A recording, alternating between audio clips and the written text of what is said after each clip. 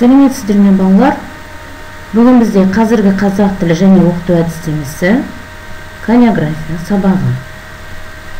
Сіздермен оқытушы Макеева Камшат Маулетқызы. Сабағымыздың тақырыбы бастауыш сыныпта лексиканы оқыту әдістемесі. Бүгінгі сабақтың білімді бағалау жүйесі төмендегідей. Яғни, сабаққа қатысу 1 балл, белсенділігі 1 балл, өзін-өзі тексеру сұрақтары 1 балл, және де сабақ бойынша өз пікірін айтуы, үй тапсырмасын орындауы 1 баллмен бағаланатын болады. Алдымен біз өткен сабақты еске түсіріп, сұрақтарға жауап беріп көрейік. Осы сұрақтар төңірегінде сұрақтарымызға ойланып көрейік. Бұл, яғни бірінші сұрақ, жиынтық бағалау дегеніміз не? Екінші сұрақ, қалыптастырушы бағалау дегеніміз не? Және де үшінші сұрақ, критериалды бағалаудың маңызы. Осы сұрақтарға жауап бере отырып, өткен сабақты еске түсіріп, осы сұрақтар төңірегінде ойланып көрейік.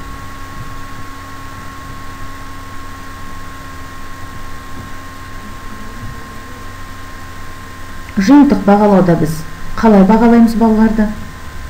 Қалыптастырушы бағалауда қалай бағалаймыз? Міне осы сұрақтар төңірегінде.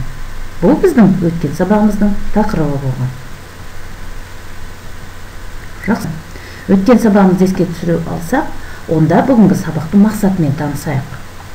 Бүгінгі сабақтың мақсаты бастауыш сыныпта лексиканы оқытудың жолдары, оқыту үдерісі туралы мәлімет алу.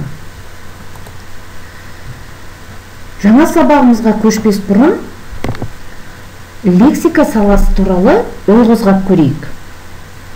Лексика саласы нені зерттейді, балалар? Екінші сұрақ, сөз мағыналарын зерттейтін сала.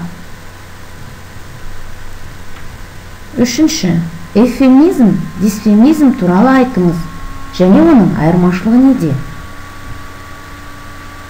Лексика саласы балалар нені зерттеуші еді бізде? Бұл біз өткен сабақтарымызда барлығын өткенбіз.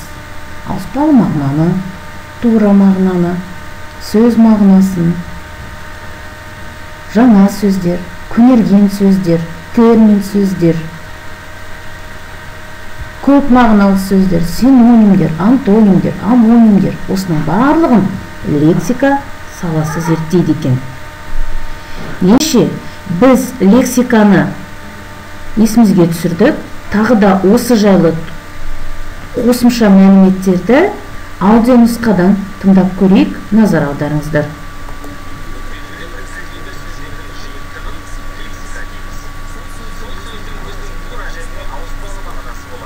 Тура мағына әр заттың өзіне ғана тән жеке мағынасы. Сол арқылы біз заттарды бір-бірінен ажырата аламыз. Мысалы, аспан, жер, жел, бұлт. Бірақ сөздер әрқашан тура мағынада айтыла бермейді. Сөздің тура мағынасының негізінде ту, өрбіген, жалпы көпшілікке түсінікті ауыспалы мағыналарда болады. Мысалы, көз. Бірінші мағынасы адамның, жан-жануардың көру мүшесі. Екінші мағынасы күннің көзі, бұлақтың көзі. Сондай-ақ сөз екі немесе одан да көп мағынаны білдіруі мүмкін. Бұны қазақ тілінде көп мағыналы сөз дейміз. Көп мағыналы сөздер бір негізден таралады, бір сөз табына қатысты болады. Мысалы, бас деген сөздің 7 мағынасы бар. Осы көп мағыналы сөзге ұқсас лексиканың тағы бір түрі бар. Ол амоним сөздер. Бірақ екеуін шатастыруға болмайды. Амонимдер мағыналары жағынан бір-бірінен соншалықты алшақ болатында кейде бір сөз табына, кейде әр басқа сөз табына да қатысты болып тараланып тұрады. Осындай біркелкі дыбысталып айтылатын, бірақ мағынасы басқа сөздер тобын амоним дейміз. Ал мағыналары бір-біріне жақын, бірақ әртүрлі дыбысталып айтылатын сөздер тобын синоним дейміз. Мәселен, ас, тамақ, дәм, тағам, ауқат деген сөздер бір-біріне синоним сөздер болып табылады. Ал мағыналары бір-біріне қарама-қарсы болып келетін сөздерді антонимдер дейміз. Мысалы, үлкен, кіші, суық, жылы, ескі, жаңа, қатты, жұмсақ, немесе жомарт, сараң. қазақ халқында ескі әдет ғұрып бойынша келіндеріне қайын жұртындағы үлкен болсын, кіші болсын туыстарының атын атауға тыйым салынған. Бұл үрдіс қазір де бар. Сондықтан келіндер әркімнің жақындық жолына, мінез құлқына лайықты Шырайлым, Еркежан, Мырза жігіт, Өре жігіт сияқты ат қойған. Осындай халықтың наным сенімі мен салт дәстүріне байланысты атын тура айтуға тыйым салынған сөздер табу деп аталады. Ескі наным бойынша табиғаттағы адамға зиян келтіретін жыртқыш аңдар мен қорқынышты құбылыстардың, жұқпалы індеттердің атын атауға сондай-ақ тыйым салынған. Кейде бір нәрсенің не құбылыстың атын тікелей айту дөрекілеу істе, көңілге жағымсыз тиетін байқалады. Мұндай жағдайда олар басқа сыпайы жағымды сөздермен ауыстырылып айтылады. Осындай ойды сыпайы, жағымды етіп жеткізу мақсатында қолданылатын сөздер эвфемизмдер деп аталады. Мағынасы жағынан сондай-ақ эвфемизмге қарама-қарсы сөздер де болады. Олар кеміту, қорлау, іске жаратпау ұғымын тудырады. Мұндай адамның эмоциялық жағымсыз көңіл-күйі мен ішкі мәдениетінің төмендігі салдарынан қолданылатын дөрекі, әдепсіз сөздерді эвфемизмдер дейміз. Мысалы, қырт, қыртпа. Лексикология саласының тоқталып өтетін тағы бір түрі бар. Ол тұрақты тіркестер немесе фразеологизмдер. Бірнеше сөздің тіркесуімен жасалғанымен бір ғана мағынаны білдіретін тіркестерді фразеологизмдер дейміз. Мысалы, тасбауыр, мейірімсіз, ит терісін басына қаптады, балағаттады, қыздың жиған жүгіндей, көркем, әсем. Қоғамның дамуымен қатар тіліміздегі қолданыстан шығып қалатын сөздер де болады. Мұндай халықтың тұрмыс тіршілігіне, салт сана әдет ғұрпына қарай әр дәуірде өзгеріп, басқа сөздермен ауысып отырған сөздерді архаизмдер дейміз. Мысалы, патша, уәзір, қызыләскер, күпі, сәукеле. Тіліміздің сөздік қорына жаңадан енген сөздер де болады. Оларды жаңа сөздер дейміз. Мысалы, жолсерік, саяжай, ұлқағаз, ермексаз, жылыжай, орам жапырақ. Лексика саласының тағы бір түрі бар. Ол диалект сөздер. Диалект сөздер белгілі бір жердегі тұрғындардың сөйлеу тілінде ғана қолданылады. Ол жалпы халықтық болып есептелмейді, себебі олардың әдеби тілде баламалары болады. Мысалы, әдеби тілдегі тәртіп сөзі Орал облысында нұсқау, бұйрық деген мағынада қолданылады. Шалбар сөзі Алматы, Шығыс Қазақстанда сын деп айтылады. Ақырға сөзі Ақтөбе облысында жар дегенді білдіреді. Сол сияқты біздің бәрімізге бірдей түсінікті бола бермейтін белгілі бір кәсіппен шұғылданатын адамдар ғана қолданатын сөздер болады. Ол кәсіби немесе термин сөздер деп аталады. Мәселен, пышқы – ол араның бір түрі.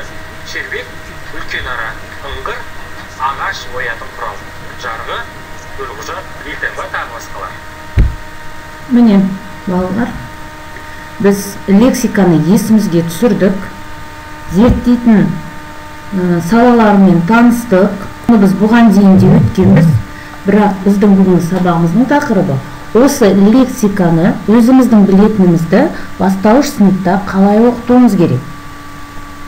Міне осы жайында біраз қандай әдіс тәсілдерді қолдансақ дұрыс болады, қалай оқытсақ дұрыс болады, сол жайында сөз қозғап көреміз. Лексиканы тіліміздегі жалпы сөздердің жиынтығы деп түсіндіре салсақ, оқушылар лексикалық талдау кезінде жаттығу үстінде шатасады да, сабақтың негізгі мақсаты орындалмайды. Мұғалімдер көп жағдайда оқулықты өздері тірек етеді. Онысы дұрыс та. Алайда, оқулық оқушы үшін жазылғанын, онда мұғалім үшін көп нәрсенің жасырын сыры болып қалып қоятыны әр кезде есте сақтау керек. Яғни, бұл жерде мұғалімдер тағы да қосымша мәліметтер, қосымша ізденіс жұмыстарын жасау керек.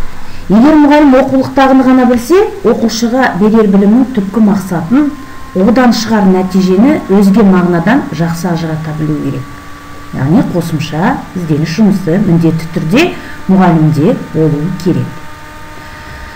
Лексиканың лингвистикалық негізінде толық түсіну қиын болады. Сондықтан оқушыларға лексикалық мағына дегенді әртүрлі мысалдармен саналы түсіндіру арқылы ғана оны грамматикалық мағынадан ажырататын болады. Мысалы, дейін, шейін, бөрі сияқты деген бұлшылаулар. Осыларды кітап, қар, аяз, жел, жаңбыр сияқты сөздерді салыстырып, оқушылардың өзіне мағыналарын түсіндір десек, бұл жерде кітап, қар, аяз деген сөздердің ғана лексикалық мағынасын түсіндіре алады. алшылаулардың лексикалық мағынасы жоқтығына өздерінің де осы жерде көзі жетеді. Ары оқушыларға сөз және оның мағынасын туралы түсінік бергенде, олардың әртүрлі мағынасы контекстте, сөйлемде ғана ашылатынын, жеке тұрғанда ондай көп мағынасының аңғарыла бермейтінін ескеріп, жаттығу жұмысын контекстпен байланыстыра жүргізу керек. Мысалы, ақиық деген сөздің оқушы бүркіт тұқымдас құс маржасын аңғартатынын контекстсіз түсінсе де, бұл ауыспалы мағынада тағы да қандай мағыналарды беретінін түсіндіріп өту керек, айта кету керек. Мысалы, ауыспалы мағынада ол шаршамайтын, шалдықпайтын адам деген мәнін ұға бермейді. Сол үшін бұл жерде басқа да мағыналарын қосымша түсіндіре кету керек. Көл сөзінің теңізден кіші суды аңғартатынын біледі.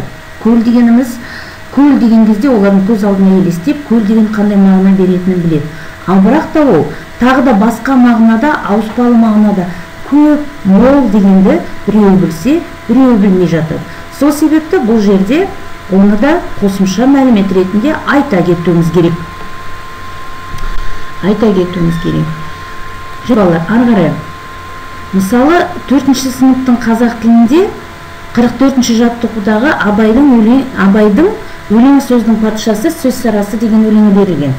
Осы өлеңінде сөз өнеріне қойылатын талаптарды анықтау оқушыларға оңай тимейді. Өлең бойынша ең алдымен ауыспалы мағыналы сөздер, ол яғни сөз патшасы, сөз сарасы деген сияқты. Сонда осы жерде сара деген сөз мағынасына көңіл бөлу керек. Тілге жеңіл, жылы тию, жұмыр келу, бөтен сөз, іші алтын, сырты күміс, осының барлығы ауыспалы мағына. Сөз жақсы деп анықтап, бастапқы мағынасын айтып бере салса болғаны. Яғни бұның бастапқы мағынасы қандай, ауыспалы мағынада қандай мағына білдіріп тұр. Осының барлығын айтып берсеңіздер, оқушыларға түсінікті болады. Ары қарай. Сөздің тура және ауыспалы мағынасын түсіндіргенде, көп сөйлеп оқушыларды шаршатып алмас үшін, оқушылардың өзін қатыстыра отырып әңгімелеген дұрыс. Оқушыларды әуел бастап топқа бөліп қойған жөн. Сонда әр оқушы қай топта екенін күні бұрын біліп, дайын отырады. Бір топтағы оқушылар ал екінші топтағы оқушылар сол емін-еркін қарым-қатынасқа түсе алатын, яғни тіркес құрай алатын сөздерді айтады. Және де бұл топқа бөлген кезде оқушыларда жарыс, алдыға шығу деген сезімдер ояна бастайды. Яғни бәсекелестік пайда болады. Сонда кішкене балалардың сабаққа деген қызығушылығы оянады. Келесі 41-ші жаттығуда ес, зерек, ойлау тәрізді абстрактілі ұғымдардың мағынасын білгізу үшін беріліп отыр бұл жаттығу. Бұл жаттығуда сөздердің мағынасын түсіндірмелі сөздіктен қарап анықтаған жөн.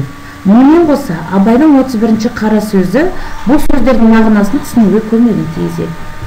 Бұл жерде алдын ала сіздер жаңағы Абайдың 31-ші қара сөзді тұтастай немесе абзацтарға бөліп, жазып, оны кабинетке көрнекілік ретінде іліп қойса да болады алдын ала. Міне осындай әдістерді қолдануға болады. Және де 49-ші жаттығуда Ғабит Мүсіреповтің сөзі берілген. Бұл жаттығулар барлығы балалар 4-ші сыныптың қазақ тілінде берілген жаттығулар.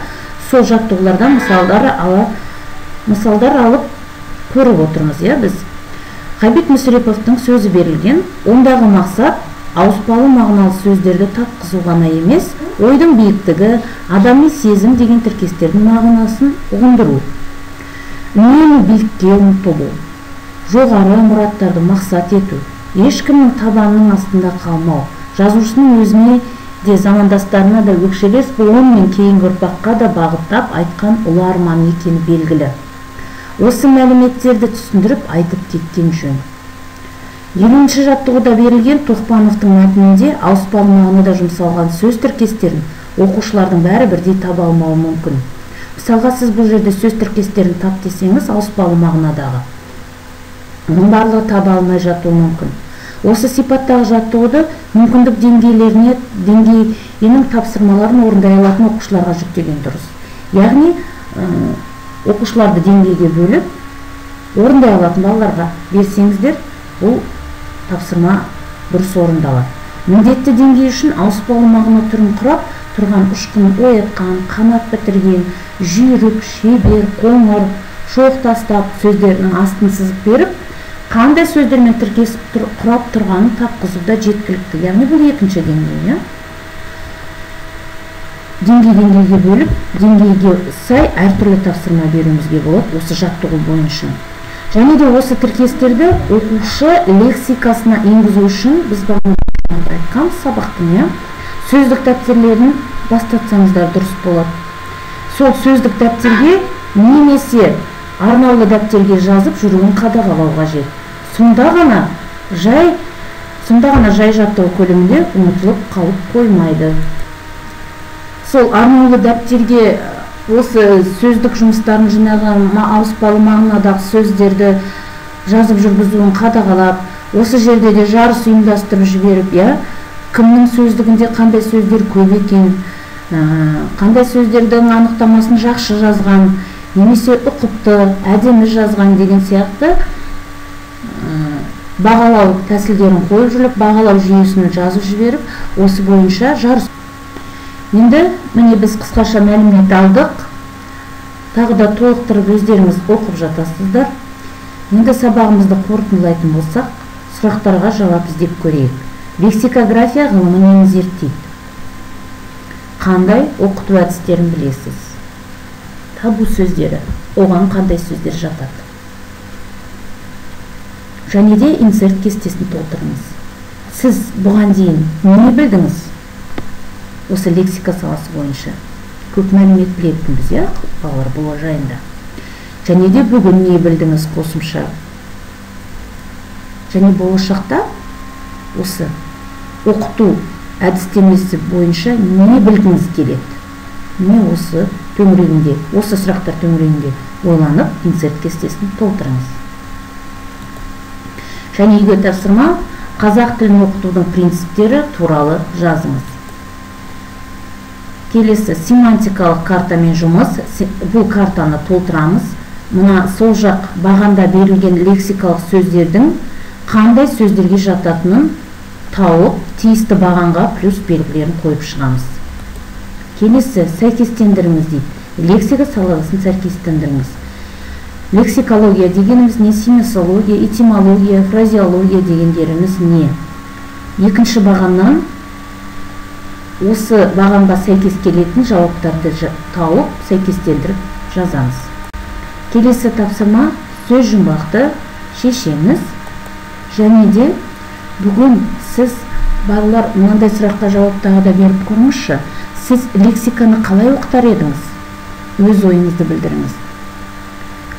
Сіз болашақта мұғалім болдыңыз. Сол кезде сіз өзіңіз лексиканы балаларға қалай жеткізер едіңіз, қалай оқытар едіңіз? Осы жайында ойланып көріңіз. Және де қосымша ақпарат көздері берілді сіздерге. Осы ақпарат көздері арқылы қосымша мәліметтер тауып, сол жерден тағы да қарауларыңызға болады. Сонымен бүгінгі сабағымыз аяқталды. Бүгінгі күндеріңізге сәттілік тілеймін. Сау болыңыздар.